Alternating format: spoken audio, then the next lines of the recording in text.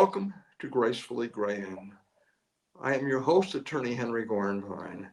Today on Gracefully Greying, I am very pleased to welcome the former U.S. Attorney for the Eastern District of Michigan, University of Michigan law professor, and MSNBC correspondent Barbara McQuade as she discusses her very important new book, Attack from Within. Barbara, welcome to Gracefully Greying. Thanks very much, Henry. Very happy to be with you. Well, thank you for being our guest. First of all, why don't you tell us about your background that might be relevant to your deciding to write this really wonderful and frightening book, to say the least? Well, I spent most of my career as a national security prosecutor. Before I was U.S. Attorney, I was Deputy Chief of the National Security Unit at the U.S. Attorney's Office. And so I spent a lot of time learning about, thinking about, and experiencing national security threats to our country. And since I've been teaching at the University of Michigan Law School since 2017, I've been teaching a course on national security, and disinformation is something I've really focused on, this idea of information warfare.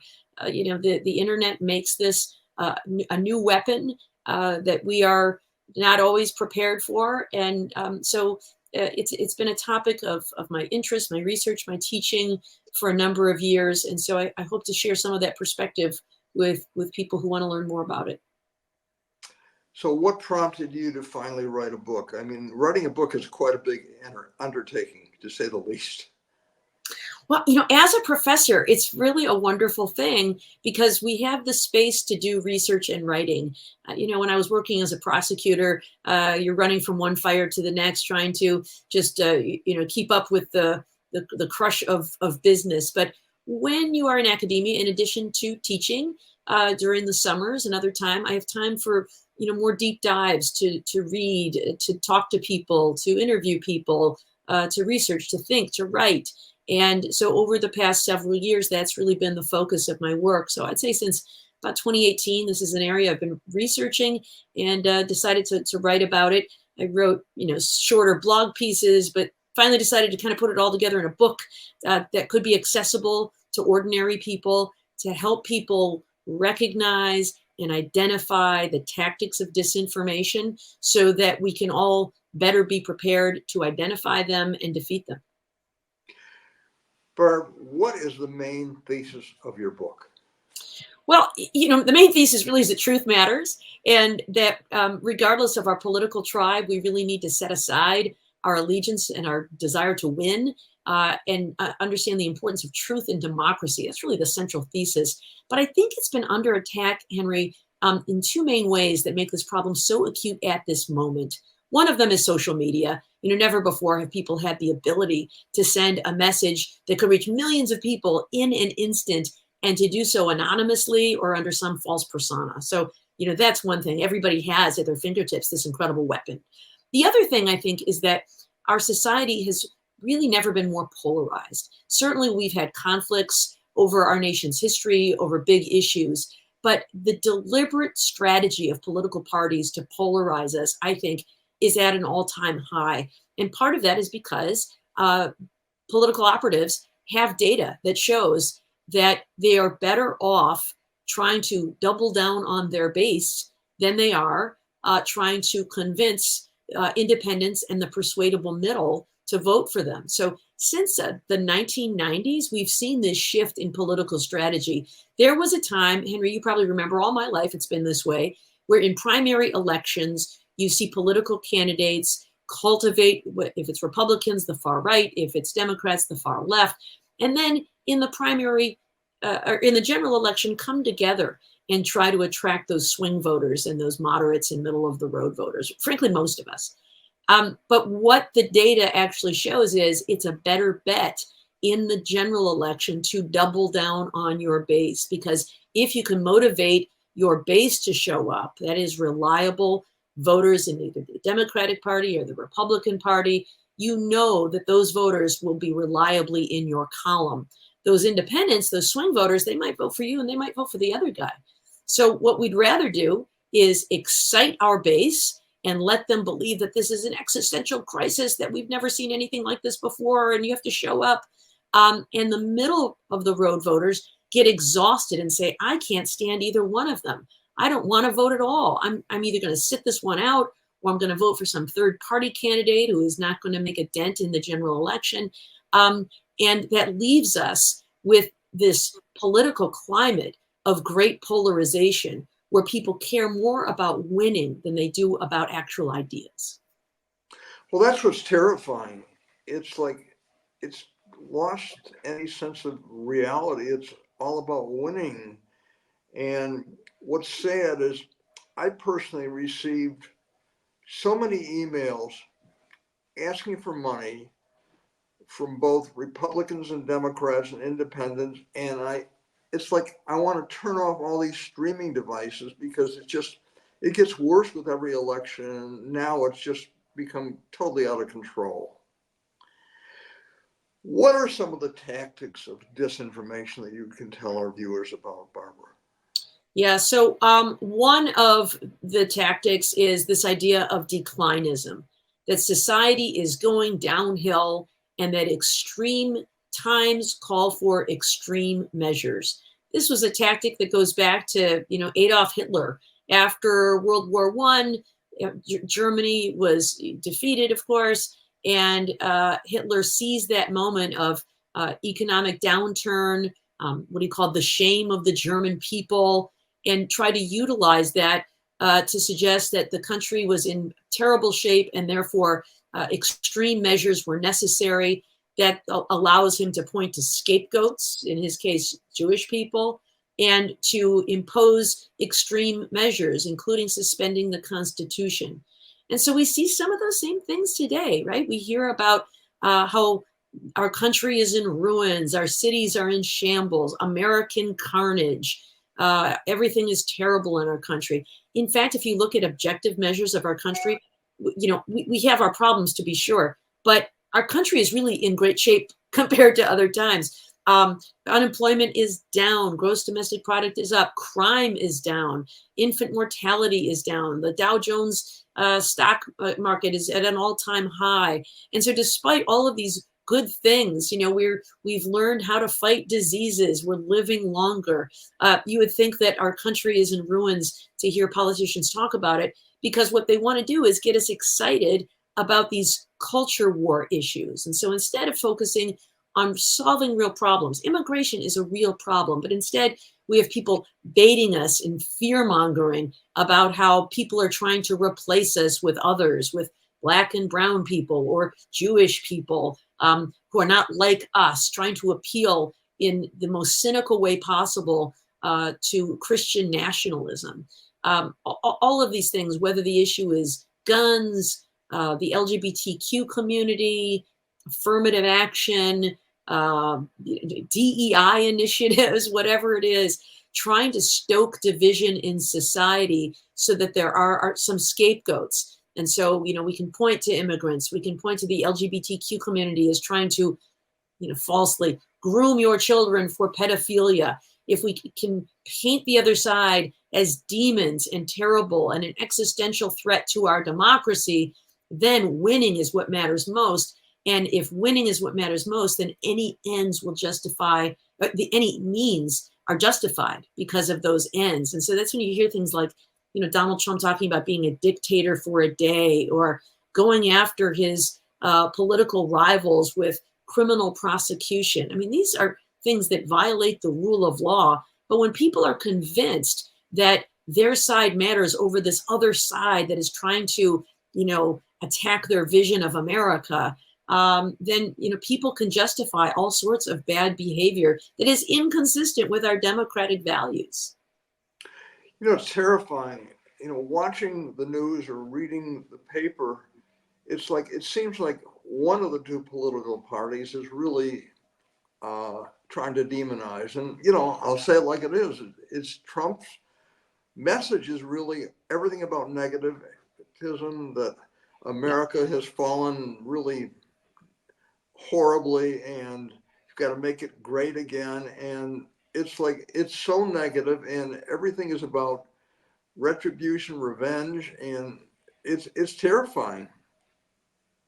Yeah, one of the things that bothers me most, I think, as a former prosecutor, is seeing not only Donald Trump, but other extreme members of his inner circle really amplifying these claims. And certainly, people can vote for whoever they want to vote for. Lots of people vote for Republicans because they care about some of the values of smaller government and conservatism and free markets and other kinds of things. And, in lots of down ballot races, perhaps that makes sense. Vote for Democrats if you share those values and you care about, some of the issues that they stand for. And, there are all kinds of candidates up and down the ballot who are fine choices for people to vote for. But when I look at Donald Trump and hear his rhetoric, he's really, in an effort to seize power, I believe, he is really willing to just burn down the institutions we have spent more than 200 years building up. And so criminal prosecution, for example, the rule of law, it has to be based on facts and laws to be able to charge someone with a crime. He doesn't like the fact that he was charged in this Manhattan District Attorney's case and convicted of a crime. Reasonable minds can disagree about whether Alvin Bragg appropriately exercised his discretion in that case, but it was absolutely a crime. Alvin Bragg didn't magically turn a misdemeanor into a felony. The law does that, just as lots of other laws have escalating levels of penalties depending on the more egregious use of it. In federal law, possession of a small quantity of illegal drugs is a misdemeanor. It gets converted into a felony depending on the quantity of and type of drugs that are used, which can lead to felonies with escalating levels of punishment up to life in prison. And so this idea that somehow Alvin Bragg magically waved a magic wand and turned a misdemeanor into a felony is just nonsense. Hunter Biden was just convicted for possessing a gun and lying on a form about his addiction to drugs. Again, reasonable minds can disagree about whether that's the best use of criminal resources to bring that case. But as a jury saw, he was guilty. They convicted him of the crime based on the facts and the law. That's how the law works. This idea that not just Donald Trump, but Steve Bannon, Stephen Miller, and John Yoo, a former Department of Justice official, are really pushing this idea that prosecutors should be filing criminal charges against their political rivals. And part of that really is to delegitimize the system and the conviction of Donald Trump. John Yoo, again, this former DOJ official, he was most famous for writing the torture memo after 9/11, giving the CIA permission to engage in torture methods. What he has written is that it is necessary to charge criminally members of the Republican Party so that we can neutralize the criminal conviction of Donald Trump in history. I mean, think about that, using criminal prosecution just as a political tool. That is not how it's supposed to work.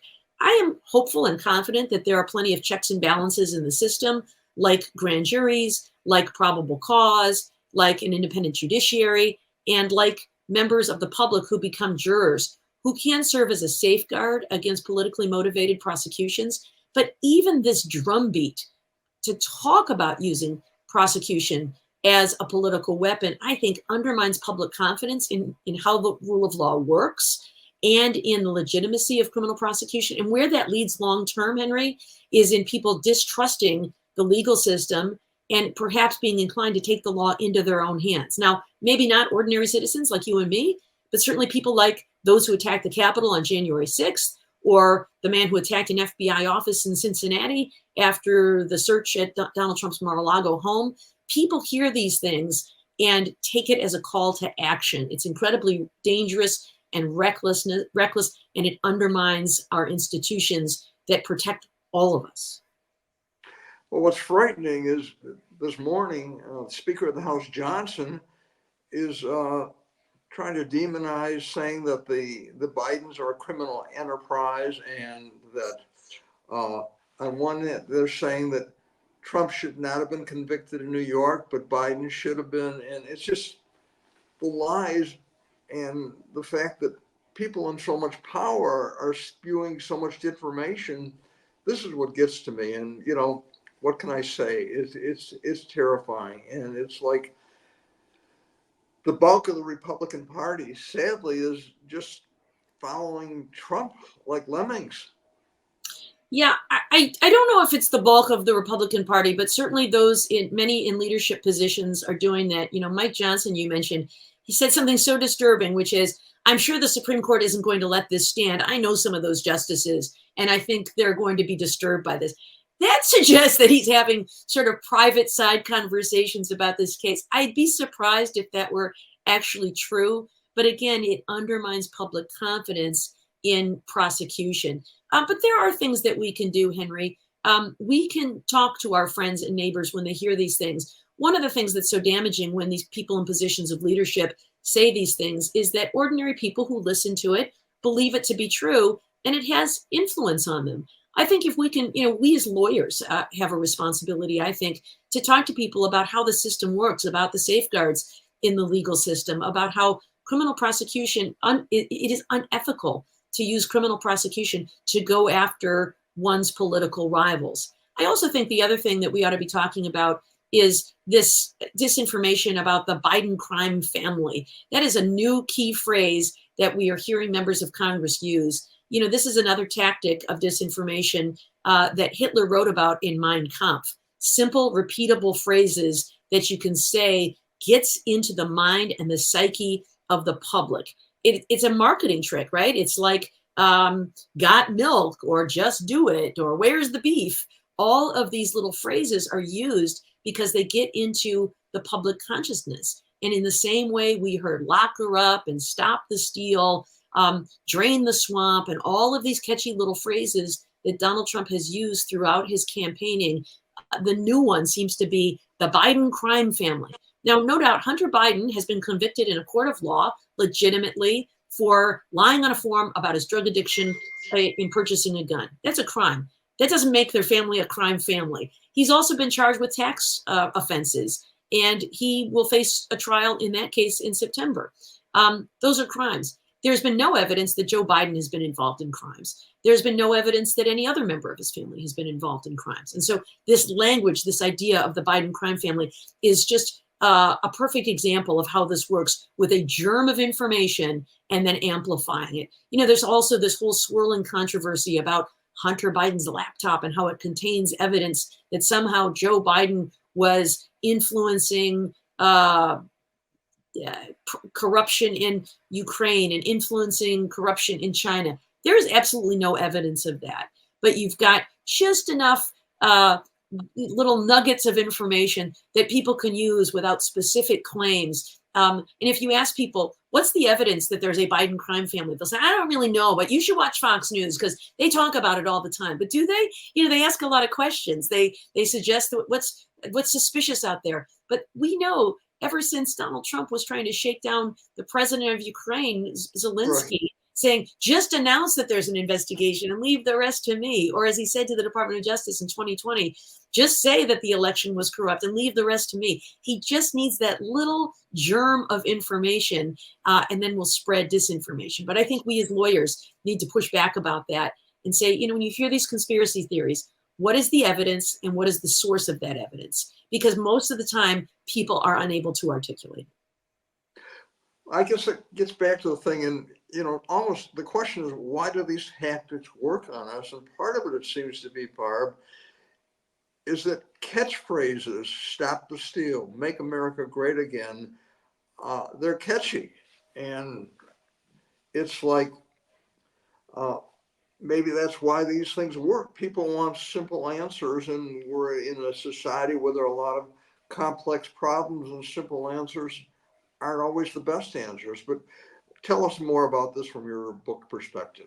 Yeah, I did a lot of research into this, Henry, because I find it so fascinating. Why does this stuff work on us? Are we really that simplistic and that dumb? And the answer is actually no.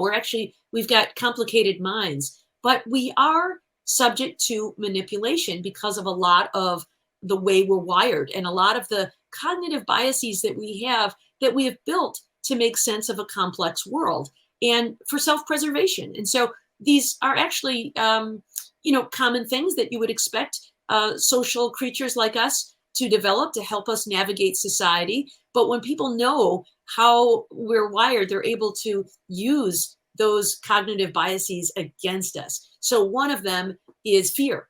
When we're afraid of things, we naturally retreat, or we build up defenses, or we look for ways to go on the attack.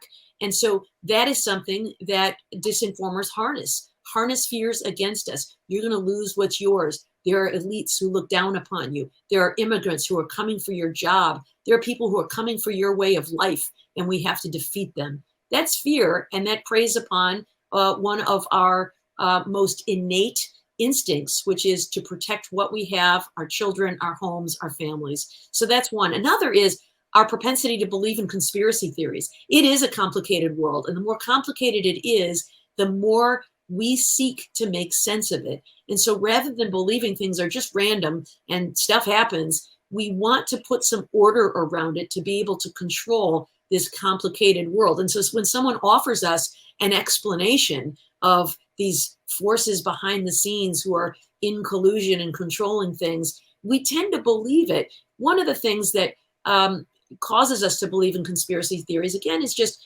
making sense of a complex world and trying to remember lessons that we've learned before. So we draw patterns. When we see gathering dark clouds, we reach the conclusion that maybe a storm is coming. I better get inside. I better bring things in before I get caught in this storm, because we've seen that before. It is some of those same patterns and biases, Henry, that causes us to have implicit biases and draw conclusions about people based on their appearance or the way they speak, because we rely on stereotypes about things that we have seen before. And we've learned that we need to check those implicit biases. We can't eliminate them, but we can manage them. And in the same way, when people try to explain our complicated world with conspiracy theories, we need to think about those things and question them before we rely on them. You know, one of these conspiracies is the Great Replacement theory. And that is this idea that a Jewish cabal owns and controls all of the banks and all of the media, and they're trying to control our thoughts to replace us meaning white, Christian, European origin Americans, and replace us with people who are Black and brown and Muslim and Jewish. And so we need to push back against those things. It's nonsense. It's absolute, utter nonsense. And so, you know, when we hear those things, I think we as lawyers, or, you know, we as people who know better, need to push back and ask people for the evidence and the sources of those things beyond just these sort of, you know, shadowy conspiracy theories. It's amazing. Let's go to another topic, and that is technology.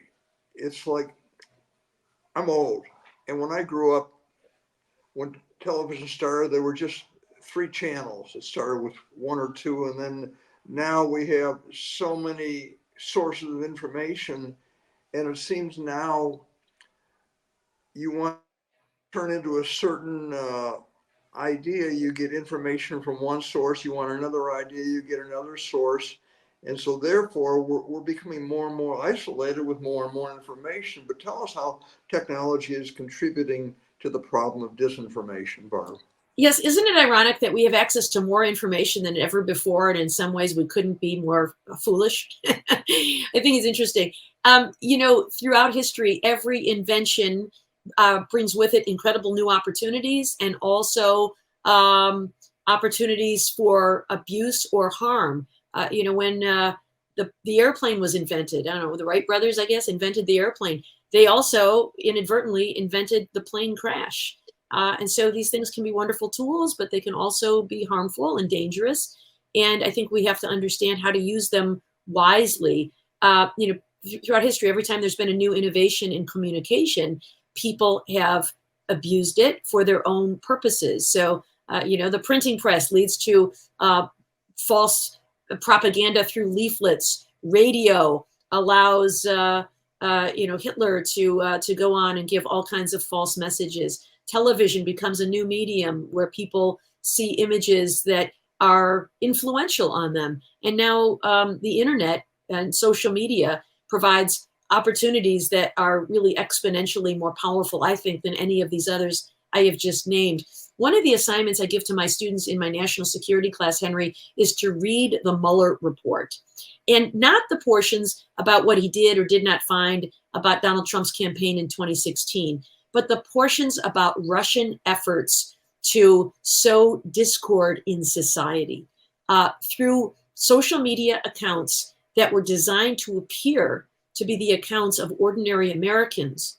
Russian operatives spread false information that was designed for the purpose of sowing discord in American society, to make us angry with each other, to make us fight with each other. Because their theory was, if we are angry at each other and fighting each other, we don't have the bandwidth or the mental capacity to worry about what Russia is doing. And it is Vladimir Putin's goal to reunite the former Soviet republics under the flag of Mother Russia. And so if we're too busy fighting each other, we're not going to be able to notice or pay attention to what's happening in Russia. And boy, has it worked. They created false accounts with all kinds of names like Blacktivist, to look like a Black political activist, United Muslims of America, pretending to be Muslim, Tennessee GOP, pretending to be grassroots political activists in Tennessee, Heart of Texas, pretending to be a good old boy from Texas. And then they say all of these outrageous things to make people think, look at how awful the other side is. Heart of Texas talked about Texas needs to secede from the Union because of all those woke Democrats who are ruining America. Blacktivist said we should not vote for Hillary Clinton because she's never done anything for our community. All of these people were just, some Russian 20-something in a hoodie in St. Petersburg, Russia. And in fact, people believe this stuff. They garnered hundreds of thousands of followers who started saying, yeah, look at that. Or other people saying, look at this awful person. And so we're fighting with Russians believing that they're our fellow Americans, but it causes us to harden our positions and to believe that our opponents have ridiculous, outrageous views when in fact they don't. And so it's technology is really allowing this, not just false information, but influence campaigns to cause us to be very antagonistic toward each other.